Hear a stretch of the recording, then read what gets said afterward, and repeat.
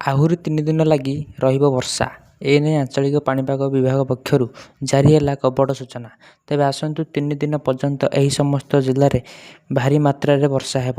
ତାଛଡ଼ା 40ରୁ 50 କିଲୋମିଟର ବେଗରେ ପବନ ବହିବା ନେଇ ପାଣିପାଗ ବିଭାଗ ଆଲର୍ଟ ଜାରି କରିଛି। ଆପଣ ଜାଣିଥିବେ ଏବେ ଲଘୁଚାପ ପ୍ରଭାବ ଜାରି ହୋଇଛି। ତେବେ କେଉଁ ସମସ୍ତ ଜିଲ୍ଲାକୁ ଆଲର୍ଟ ହେଲା ଆସନ୍ତୁ ଭିଡ଼ିଓରେ ଜାଣିବା। କିନ୍ତୁ ତା ପୂର୍ବରୁ ଭିଡ଼ିଓକୁ ଥରେ ଲାଇକ୍ କରନ୍ତୁ। ଚ୍ୟାନେଲରେ ନୂଆ ଥିଲେ ଏବେ ଚ୍ୟାନେଲକୁ ସବସ୍କ୍ରାଇବ୍ କରି ରଖନ୍ତୁ। ବଙ୍ଗୋପସାଗରରେ ସୃଷ୍ଟି ହେଲା ସ୍ପଷ୍ଟଜନିତ ଲଘୁଚାପ କ୍ଷେତ୍ର।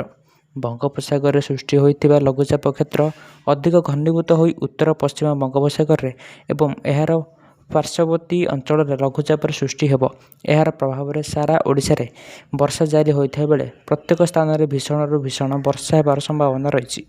ଆଜି ଭୀଷଣରୁ ଅତି ଭୀଷଣ ବର୍ଷା ନେଇ 5 ଜିଲ୍ଲାକୁ ଯାହାକି କନ୍ଧମାଳ, ଅନୁଗୁଳ, ସମ୍ବଲପୁର, କୋରାପୁଟ ଓ ସୋନପୁରକୁ ଜାରି ହୋଇଛି ରେଡ୍ ଆଲର୍ଟ।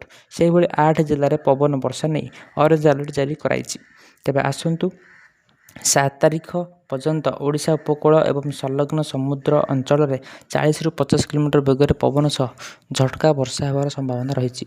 ଏହା ଫଳରେ ଆସନ୍ତା କିଛିଦିନ ସମୁଦ୍ର ଅଶାନ୍ତ ରହିବ ବୋଲି ସତର୍କ କରିଛି ପାଣିପାଗ ବିଭାଗ। ତେବେ ଅଶାନ୍ତ ସମୁଦ୍ରକୁ ଦୃଷ୍ଟିରେ ରଖି ମତ୍ସ୍ୟଜୀବୀମାନଙ୍କୁ ସମୁଦ୍ର ଭିତରକୁ ନ ଯିବା ପାଇଁ ପରାମର୍ଶ ଦିଆଯାଇଛି।